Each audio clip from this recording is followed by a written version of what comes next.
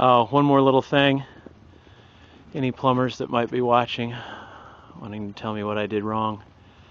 You notice I did not install an expansion tank on the water heater.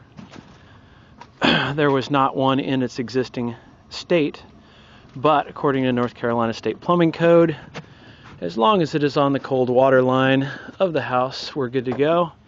As you can see, there it is sitting right over there in the corner.